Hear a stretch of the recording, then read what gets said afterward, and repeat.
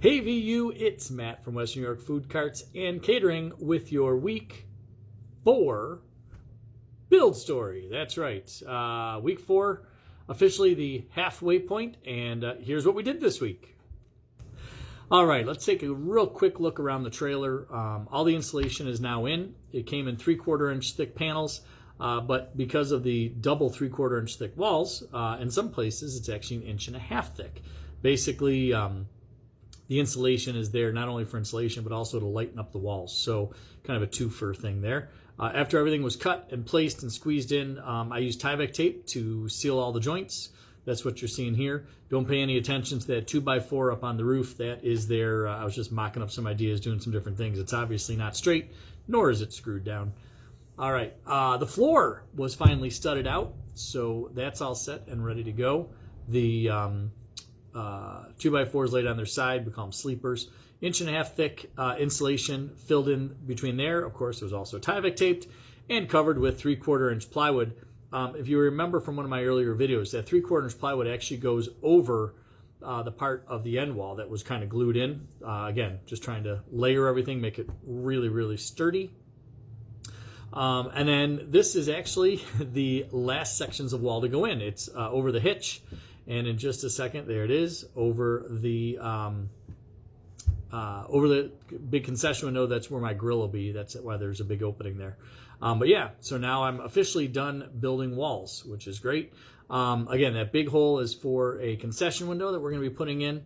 I found a part of the code that said I'm not required to have an exhaust fan if there's enough fresh air available. And so far, my health department hasn't said a word about it. So fingers crossed that that all works. If I can avoid putting in an expensive exhaust fan, I would certainly like to do it. On top of that, I get to look out when I'm grilling, which is something I enjoy with the cart, that I don't want to feel really, really enclosed like some of the trailers do. And then last but not least, I swept up the floor and put a first coat of my Magic Mix waterproofing solution onto that floor, which stinks up the joint, and finished up my Sunday. So that officially ended all that. Alrighty, well, you may recall last week I said I fell a little bit behind, and we are still moving forward, but my original plan is outlined on all the little index cards has gone by the wayside. Basically, I've now switched to a white pad of paper, and I'm constantly, whoops, there we go, one back, constantly updating, crossing off, adding new things.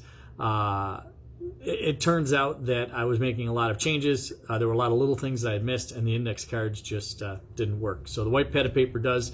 I usually have 3 or 4 weeks ahead on that, so that I can kind of keep adding things so that I don't forget to do some more of the things I added in there. But anyways, I also get the satisfaction of crossing off a lot of things on my list, which is also kind of nice. And at the end of the day, you got to be flexible. So anyway, speaking of flexible, I've been trading emails with the health department. As you may recall, they gave me a hard time about the size of the water tank I wanted to use. In the code, it's spec'd for a 40-gallon fresh. There's no way I could fit a 40-gallon fresh. So I spec'd a 10-gallon fresh, and they said absolutely no way. We have been trading emails for the past week. I was explaining what my menu was, that kind of thing, and I'm hoping that they'll come around. No final word yet, but quite honestly, I think I can easily get a 20-gallon in there, and I'm guessing that's probably where we're going to land. But again, no definitive word yet. No news on the budget. Basically, I'm dropping $100 here and there on stuff Home Depot runs, but nothing too crazy. I think that's pretty much how it's going to be until I start on the inside, and then by the time I purchase the ovens and the grills and the refrigerators and all that kind of stuff, it'll start adding up quick. So as far as the timeline goes, I'm behind. I'm officially, I would say, probably a week behind. So far, it's just been a lot of little things that have crept up. I'm keeping my fingers crossed that the weather stays nice.